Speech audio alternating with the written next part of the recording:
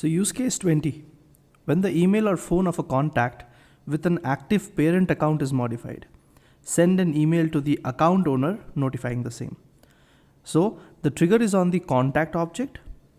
It should have a parent account. Only then you would be able to send it to an account send the email to the account owner, right? So the prerequisite is that there should be an active parent account, right? And what change are we tracking? We are tracking if the email is being changed or the phone is being changed, right? So when do you want to do it? You would obviously want to do it after, because you're doing a related work.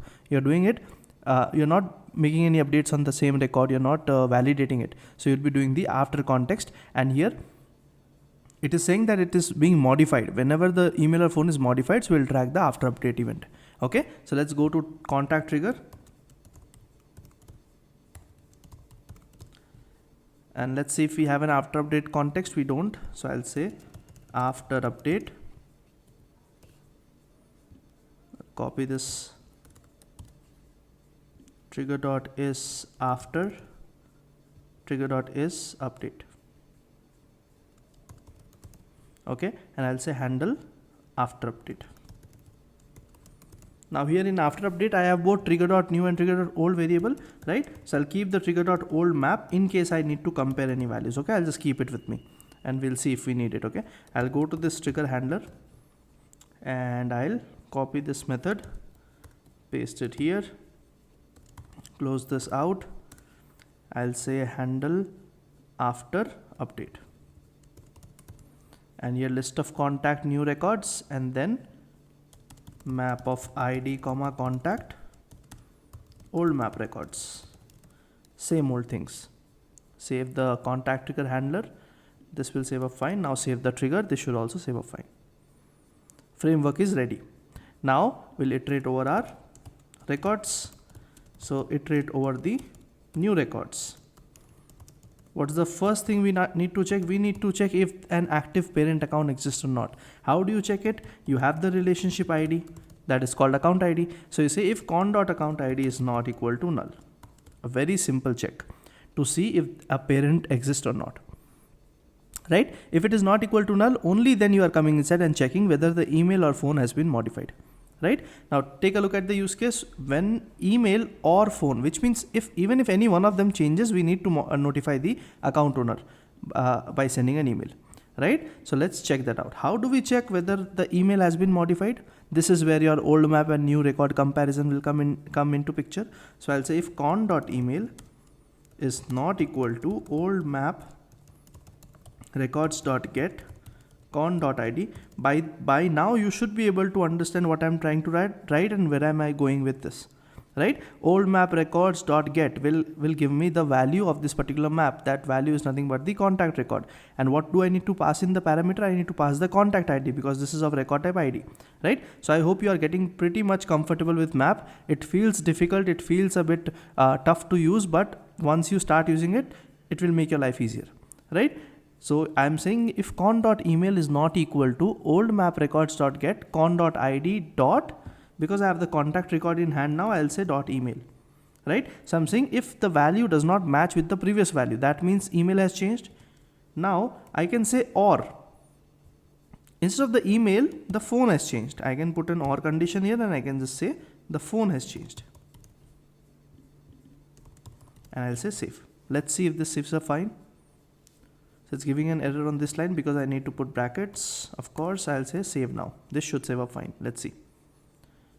No errors, right? Now, if this is saying if this line evaluates to true, where have we reached?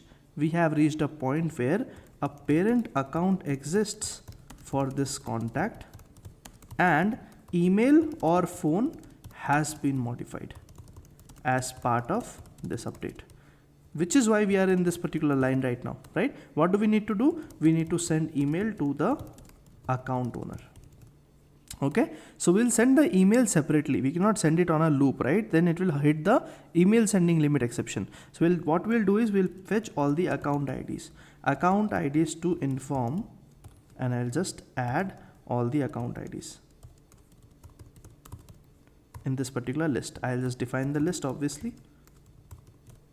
This should be of list ID.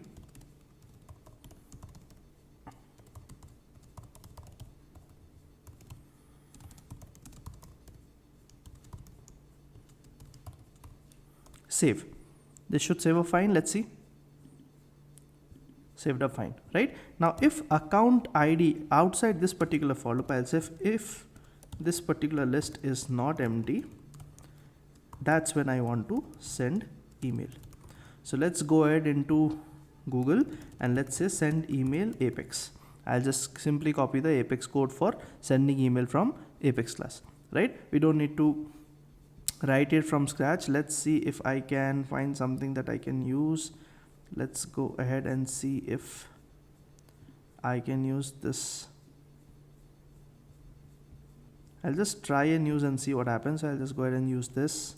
Basically messaging.single email message is the method, or rather the attribute that you use to define your message template, and then you can send it by using the send email result. Okay, I'll explain every line, don't worry about it, but this code is kind of readily available on the internet and we don't have to spend time on it. Basically, if we can understand what we are doing here, that should be enough. Okay, so now if account ID is to inform is not empty is when I want to send an email, right? So I have created a single email message template using the messaging class, and now there are different parameters. Who do you want to send it to? What is the opt-out policy? What is subject? What is that body? And you can just create an array and you can just add all the messages there, this particular message. Okay, so what we'll do is if this list is not empty, so for every ID, account ID in account IDs to inform, right? I'll iterate over this particular iterator and I'll simply move this code here. So basically I'm saying single email message, create an instance of this particular messaging.single email message, and then who should it go to? We'll see who should it go to. Okay, we'll try to figure out how to sort this, but ideally this should go to the account owner. Always remember, account owner should be the one who should be receiving the message. So two addresses should point to the account owners. Opt-out policies filter, I can get rid of this line for now, or let's keep it, that's okay. I'm not sure what this is for as of now. That's basically for, you know, your network and firewall security, try to bypass those things. Subject is basically, I'll say, what do I say is the subject? Contact, email or phone changed. Okay, that will be my subject. And what can be my body? I'll say the email or phone information of your child contact has been modified. Please confirm. I can just give some notification, something like this, right? So this will be the body. Okay, let's try to save it. Okay, I'll just save it. I'll get rid of this if clause for now. I'll just get rid of this and I'll say save.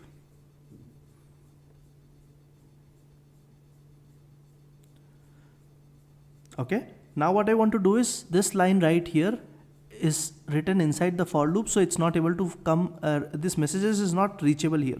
That's the problem. Variable does not exist. Okay, so we need to ensure that I say this would be an empty list outside the for loop here.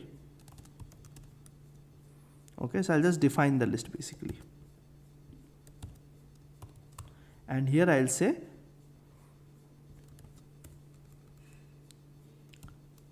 messages dot add, and instead of this bracket I'll put the normal brackets. So the message email context will be added in the messages list, and now this should be available here. Let's say save.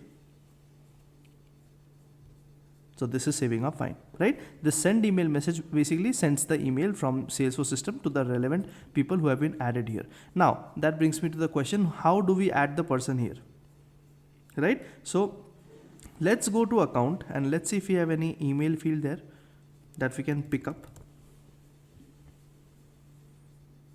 Oh, we don't even need the email field. The email field will come from the user object. Why? Because we need to inform the account owner. Now account owners are actually user records, right? If I open this record right here, and if you see, that's okay, that's from some other component I was working on. So you see, this account owner is nothing but a user record. This is a user in the system. So this user has always an email ID. So I need to get this email ID, correct? How do I fetch this? So instead of reaching this point here, before this line, I have to do a query. So if account IDs to inform is not empty, I want to fetch all the email IDs from the user object. So email for users equals select email from user where. Now how do I connect user and the account owner information, right? So I'll say where id in account IDs to inform. Okay, now this ID is the user record ID and this ID is the account ID. Does it make sense to compare these? It will never give me the result. So instead, if I could store something like I could store the account owner ID here, that would help, right? So if I store the account owner ID here, that would help me get the owner ID information and that will help me store the user ID record. So what I can do here in between is I'll simply say list of account. See, because remember in one of the use cases we talked about how we cannot go like this con.account.owner ID. We cannot do this. This will not be allowed because that's multi-level you are trying to do. You can only stay on this level. Okay. So what we'll do is we'll query account, and here we'll query select owner ID. Okay, and even we can do something like owner.email here. Right, I'll say from account where ID in, I can just use this particular list because this is a list of account IDs, right? So I'll get owner.email. Okay, so I've gotten all the account records. I'll say save, and now I'll iterate over these account records and I'll store this particular email ID that I've gotten for all the account records, right? So I'll say email address list dot add. Now my double dots will work, acc.owner.name. Why? Because I have queried it. It should be name, it should be email, not name. Let's say save. Now I have to define this particular email address list. I'll say list of string, because it should be a list of string, right? Email is a list of string. So I'll just say email address list and save. Will this save a fine? Let's see. The error has gone away. Now I can use this particular list right here. Simple, save. Okay, what's the issue? It's saying line 29. It was expecting string, but it was list. So this should be a list of strings. Yeah, that is what I did. So it says new string array of type. Okay, so instead of having new string array, I think I can just simply say email address list. Okay, because that's a list altogether. I don't have to define new string array altogether, right? So I'm just saying the two addresses should be the list of strings that I get here. Now let's go back and try to understand how we reached here. So till here we are good. We just took all the account ID information, right? We took all the account ID information, then we wanted the owner information because we wanted to email the account owner. Now how to get the account owner? And for emailing you need the email address. Where is this email address stored? That this is stored on the user record. So you have to query the user information from the account ID information. You are standing on the contact record. So you stored the account ID records, account IDs in a list, then you queried your accounts and you just fetched the owner.email ID for every account that is part of this list, right? So no extra accounts will come, only those accounts will come which are part of this particular transaction, because we are setting con.account ID here. And then you iterated over them and then you fetched the owner's email ID. So here you have all the email addresses of all the account owners whose contact has been modified and their email or phone has changed. And then what you did was you just checked if this particular, now you can do is, what you can do is instead of this ID, you can say if email address list is not empty, because if there is no email address, who do you send it, right? No one. So if this is not empty, only then go ahead and do one more iteration. Now this iteration is also not needed. Believe me, we can get rid of it and say save. We don't need to query the user object separately because we were able to do it from here by writing a SOQL query on the account level. Okay, and this is the messaging single email message code that you can easily get from anywhere, and it's basically is nothing but you create an instance of the single email message. You put the two addresses who you want to send to, you put the subject, you put that body, and then you simply put it to a list, and you can use the send email result to send email by using the messaging.sendEmail method. Okay, now once you do that, an email message will go. Okay, let's try this out. So I'll go to contacts and I'll open a contact, let's say I have this particular contact right here. Which one? Let's say this one. Okay. And who's the owner? The owner is Himanshu Maheshwari, and the email ID is salesforcemakessense@gmail.com. So let's go to details, and this is the contact. What I want to do is I want to modify. Now see, there's an account name associated. Okay. And this account's owner is Himanshu, and he has an email ID, right? What I want to now do is I'll just change the phone. I'll say something, and let's say if I can modify the email also, I'll just move the email and say save. Okay, so this saved up fine. The update has happened. Now let's see if I got an email.